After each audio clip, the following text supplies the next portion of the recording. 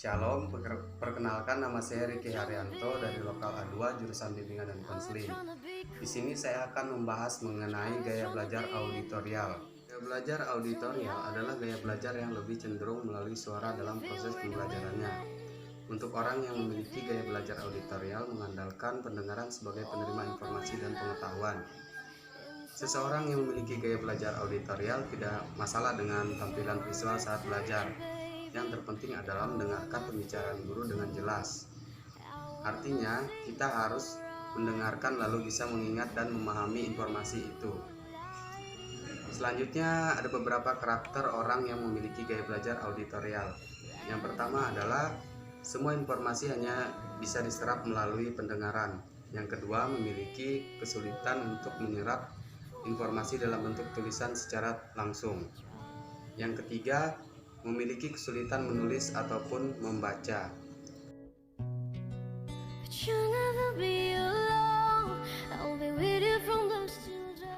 Selanjutnya, ciri-ciri gaya belajar auditorial. Menurut Nurati dalam Quantum Learning 2007, beberapa ciri-ciri seseorang yang memiliki gaya belajar auditorial adalah: yang pertama, mampu mengingat dengan baik penjelasan guru di depan kelas atau materi yang didiskusikan dalam kelompok ataupun kelas. Yang kedua, pendengar ulung. Anak muda menguasai iklan dan lagu di televisi ataupun di radio. Yang ketiga, cenderung banyak ngomong. Yang keempat, tidak suka membaca dan pada umumnya memang bukan pembaca yang baik karena kurang dapat mengingat dengan baik apa yang baru saja dibacanya. Yang kelima, kurang cakap dalam mengerjakan tugas mengarang ataupun menulis. Yang keenam, tertarik memperhatikan hal-hal baru di lingkungan sekolah sekitarnya, seperti hadirnya anak baru, adanya papan pengumuman di pojok kelas, dan sebagainya. Yang ketujuh, menyukai diskusi yang lebih lama, terutama untuk hal-hal yang kurang mereka pahami.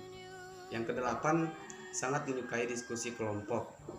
Yang kesembilan, mampu mengingat dengan baik materi yang didiskusikan dalam kelompok ataupun di kelas. Yang ke-10, suka tugas membaca dan pada umumnya bukanlah pembaca yang baik. Yang ke-11, kurang dapat mengingat apa yang baru saja dibacanya. Yang ke-12, sukar bekerja dengan tenang tanpa menimbulkan suara.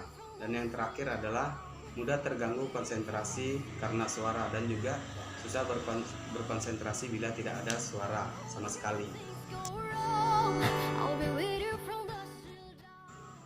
Selanjutnya, adapun ciri-ciri gaya belajar auditorial menurut Depoter dan Henarchi tahun 2010, diantaranya itu adalah yang pertama, berbicara pada diri sendiri saat bekerja.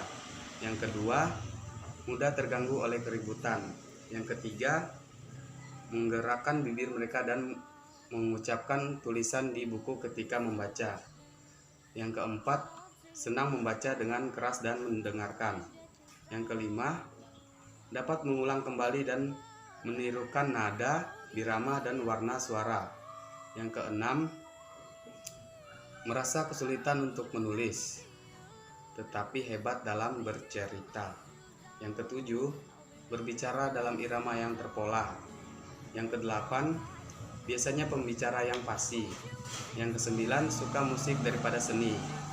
Yang ke-10, belajar mendengarkan dan mengingat apa yang didiskusikan daripada yang dilihat. Yang ke-11, suka berbicara, suka berdiskusi, dan menjelaskan sesuatu panjang lebar.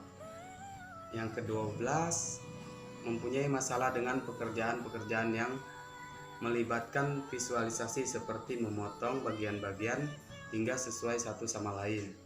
Yang ke-13, lebih pandai mengeja dengan keras daripada menuliskannya. Yang terakhir, lebih suka gurauan lisan daripada membaca komik. Selanjutnya kita ke bagian media atau bahan yang cocok untuk gaya belajar auditorial.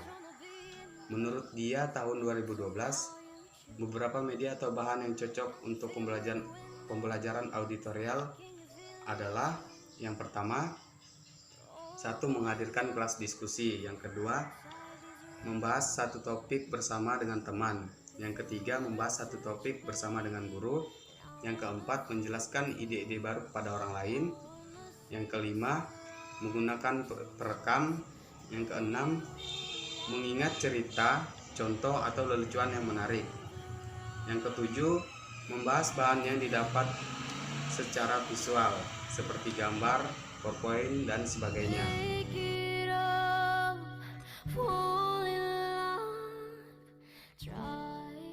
Selanjutnya kita ke bagian strategi untuk mempermudah proses belajar anak auditorial.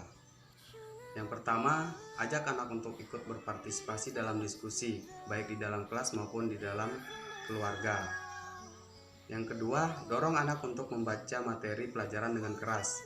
Yang ketiga, gunakan musik untuk mengajarkan anak. Yang keempat, diskusikan ide dengan anak secara verbal. Yang kelima, biarkan anak merekam materi pelajarannya ke dalam kaset dan dorong dia untuk mendengarkannya sebelum tidur.